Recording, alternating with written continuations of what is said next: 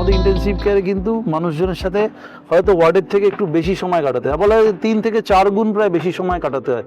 কেন কেন এখানে আমরা বারবার বলি, এখানে আমাদের সামারিটানে কিন্তু আমরা বারবারই কাউন্সেলিং সেশনে বারবার এই কথাটা হাইলাইট করার চেষ্টা করি যে উই স্পিক টু পয়েন্ট, যে পেশেন্টটা কেন এলো, কতটা তার মানে একটা এস্টিমেটেড একটা পিরিয়ড কত থাকতে পারে পেশেন্টটা, এবং তার কি কি কারণে গেল।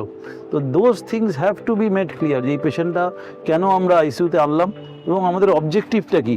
ধরুন আমি একটা এক্সাম্পল দিলাম, কিছু পেশেন্ট হয়তো হতে পারে সে বাড়িতে হয়তো 90 বছরের একজন বৃদ্ধ বা বৃদ্ধা, সে যখন এলো তাকে তো আমি তাকে 60 ইয়ার্স বা 50 ইয়ার্সের মতন বানাতে পারবো না, একদমই। তাকে কিন্তু একটা ফাংশনাল স্টেটে ফিরিয়ে আসা, যেটা উনি বাড়িতে মোটামুটি থাকতেন।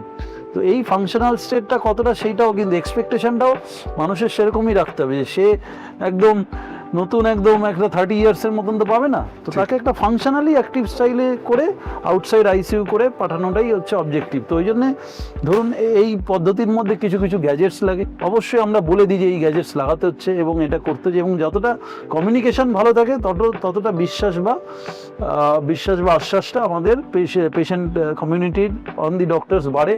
সামারিটানে আমাদের এরকমই কিছু করা হয়, যে আমাদের ডেফিনেটলি আমি যখন ইন্টেনসিভ কেয়ার স্পেশালিস্ট হিসেবে কোনো পেশেন্ট বা কাস্টমারকে ট্রিট করি, আমি তার বাড়ির লোককে আমরা প্রায় অলমোস্ট 30 মিনিটস টু 45 মিনিটস প্রায় সময় দিই এখানে, যে why are we dealing with this case, আমরা কি অসুবিধা, কোন কোন জায়গায় আমরা আউটকাম পেতে পারি, কোন কোন জায়গায় আমরা আউটকাম পেতে পারি না, এবং it's a share decision making. We can be 49% but 51% is always the decision making of the customer, মানে তার নেক্সট অফ কিন বা ফ্যামিলি মেম্বার্স, ওনারা ডিসিশন যদি নেন যে না আমার পেশেন্ট, আমার ভালোবাসার মানুষটাকে এই করার আমি পারমিশন দিলাম, তখনই উই গো অ্যাহেড।